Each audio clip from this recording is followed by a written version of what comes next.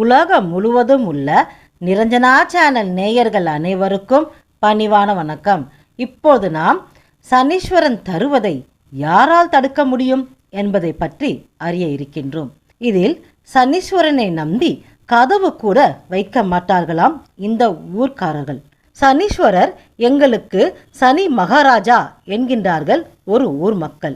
சனி மகாராஜா என்றும் எங்களுடன் இருப்பதனால் நாங்கள் கதவு வைப்பதில்லை, எங்கள் வீட்டிற்கு கதவு வைப்பதில்லை, கடைகளுக்கு கதவு வைப்பதில்லை, வெறும் திரை சிலைத்தான். திருடர்கள் வரமாட்டார்கள், அந்த திருடர்கள் திருடினால் என்ன ஆகும் தெரியுமா என்று புதிர் போடுகின்றார்கள். சனீஸ்வரனை நம்பி இருக்கும் இந்த ஊர் மக்கள் இல்லத்தில் வந்து திருடர்கள் திருடினால் என்ன ஆகும் என்பதை பற்றி அறிய இந்த வீடியோவை ஸ்கிப் பண்ணாம பாருங்க.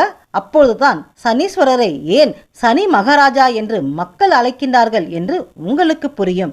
நீங்களும் சனீஸ்வர பகவானை அதிகமாகவே நம்புவீர்கள். ஏனென்றால் சனி கொடுப்பதை யாராலும் தடுக்க முடியாது. சனி மகாராஜாவை பற்றி முழுமையாக அறியலாம்.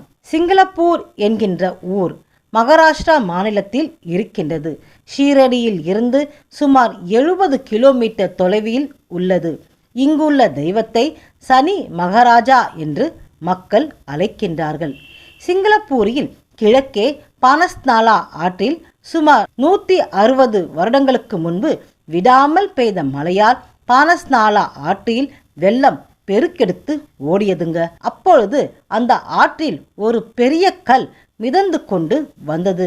கரையோரமாக இருந்த கொடியில் சிக்கிக் கொண்டதுங்க. அப்பொழுது அந்த பக்கமாக ஆடும் மேய்க்கும் சிறுவன் வந்து கொண்டு இருந்தான். அட, கல் மிதந்து வருகிறதே என்று ஆச்சரியப்பட்டான். ஆமா, கல் எங்கனா மிதக்குமா? ஆனா இந்த கல் மிதந்து வருகிறது இல்லையா?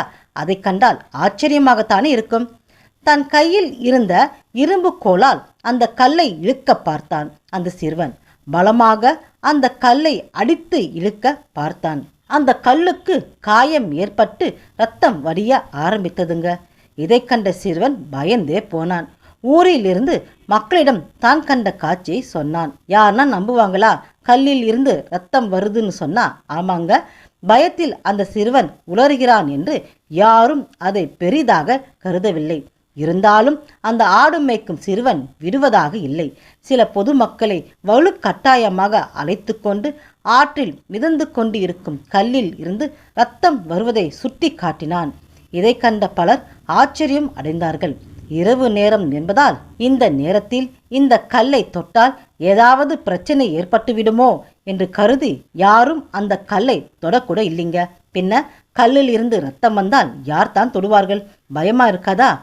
சரி, அன்று இரவு அந்த ஊரை சார்ந்த ஒருவரின் கனவில் சனி பகவான் தோன்றி, நான் சனி மகாராஜா, அந்த கல் நான் தான், உங்கள் ஊருக்கு வந்திருக்கிறேன், நீங்கள் என் கற்சிலையை எடுத்து பூஜிக்க வேண்டும் என்றார். விடிந்ததும் தான் கண்ட கனவை ஊர் மக்களிடம் கூறினார்.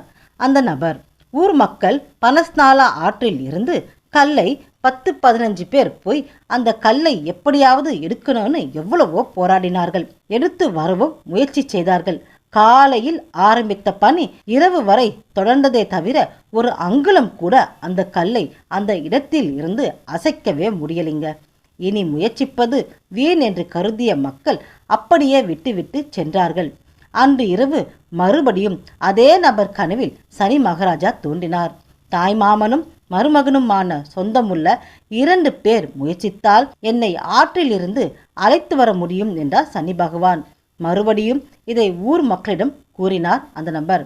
என்னையா, தாய்மாமனும் மருமகனும் 2 பேரு, அவங்க இந்த கல்லை அசைச்சிட்டா கல்லை அசைஞ்சிடுமா? 15 பேர் முயற்சித்தும் முடியாதது. பலருக்கு அவர் சொல்றது நம்பிக்கையே வரலைங்க. மக்களிடம் வாதாடி சமாதானம் செய்து தாய்மாமன் மருமகன் உறவு உள்ளவர்களை அழைத்து சென்று ஆற்றில் இருந்த சனி பகவானின் கல்லை எடுக்க முயற்சி செய்தனர். என்ன ஆச்சரியம்! 10-15 பேர் முயன்றும் அசைக்க முடியாத சனீஸ்வரர் கல்லை சர்வ சாதாரணமாக அந்த 2 பேர் சேர்ந்து ஒரே நிமிடத்தில் தூக்கிவிட்டார்கள். இதை கண்ட மக்கள் ஆச்சரியம் அடைந்தார்கள். சனீஸ்வர பகவானின் உருவம் இல்லா கல்லை ஒரு இடத்தில் வைத்து பூஜிக்க ஆரம்பித்தார்கள். நான் உங்களை ஒரு மகாராஜனை போல் காப்பேன், என்னை நம்புகிறவர்களுக்கு பக்கபலமாக இருப்பேன், என் ஊர் மக்களுக்கு எந்த ஆபத்தும் வராமல் காப்பேன், இது உறுதி என்று வானத்தில் இருந்து ஒரு அசரீரி குரல் கேட்டதுங்க. சனி பகவானின் வாக்குப்படி இன்று வரை ஒரு அரசனைப் போன்று சனி மகாராஜா அந்த ஊர் மக்களை காப்பாற்றி வருகின்றார். இந்த ஊரில் பல வீடுகளில் பெரிய பெரிய கடைகளிலும் கூட கதவுகள் இல்லை, திரைசீலைத்தான் கதவு. சனி பகவான் வாக்கின்படி இன்று வரை ஒரு அரசனைப் போன்று சனி மகாராஜா அந்த ஊரை காப்பாற்றி வருகின்றார். அந்த ஊரில் பல வீடுகளிலும் பெரிய பெரிய கடைகளிலும் கூட கதவுகள் இல்லை, திரைசீலைத்தான் கதவு. கதவுகள் இல்லாமல் இருந்தாலும் இன்று வரை ஒரு பொருள் கூட களவு போனதில்லை என்கின்றார்கள். அப்படியே யாராவது திருடினால் திருடியவனுக்கு அதுதான் கடைசி திருட்டு. மீண்டும் வேறு இடம் தேடி போய் திருட அவனுக்கு கண் பார்வை இருக்காது என்கின்றார்கள். இந்த கோவிலுக்கு செல்லும் ஆண் பக்தர்கள் அவர்கள் அணிந்திருக்கும் உடையை மாற்றி காவி வேட்டியை கட்டிக்கொண்டு சனி மகாராஜா என பக்தியுடன் அழைக்கப்படும் சனி பகவான் சிலைக்கு அபிஷேகம் செய்கின்றார்கள். பெண்கள் சனி மகாராஜா சிலையை தொட்டு பார்க்க அனுமதி இல்லை. இந்த கோவிலுக்கு வரும் புதிய பக்தர்கள் பொறுமையாக சுற்றி இருக்கும் வீடுகளையும் கடைகளையும் பார்த்து அந்த கட்டிடங்களுக்கெல்லாம் கதவுகள் இல்லாது இருப்பதைக் கண்டு அந்த காரணத்தை அறிந்து சனி பகவான் மீது அந்த ஊர் மக்களுக்கு இருக்கும் அசைக்க முடியாத நம்பிக்கையை தெரிந்து ஆச்சரியம் அடைகின்றார்கள். நாமும் சனி பகவானை வணங்கினால் தொலைந்த பொருட்கள் திரும்ப பெறலாம். நம் மகிழ்ச்சி எந்நாளும் களவு போகாது. சனி பகவான் தருவதை யார் தடுப்பார்? தலைமுறை செழித்து வாழ சனீஸ்வரன் துணை இருப்பார். அதனால தான் சிவபெருமானே சனீஸ்வரன் என்று பட்டம் தந்தார். ஏழநாட்டு சனி, அஷ்டம சனி என்று பயப்பட வேண்டாம். சனீஸ்வர பகவான் அவர்.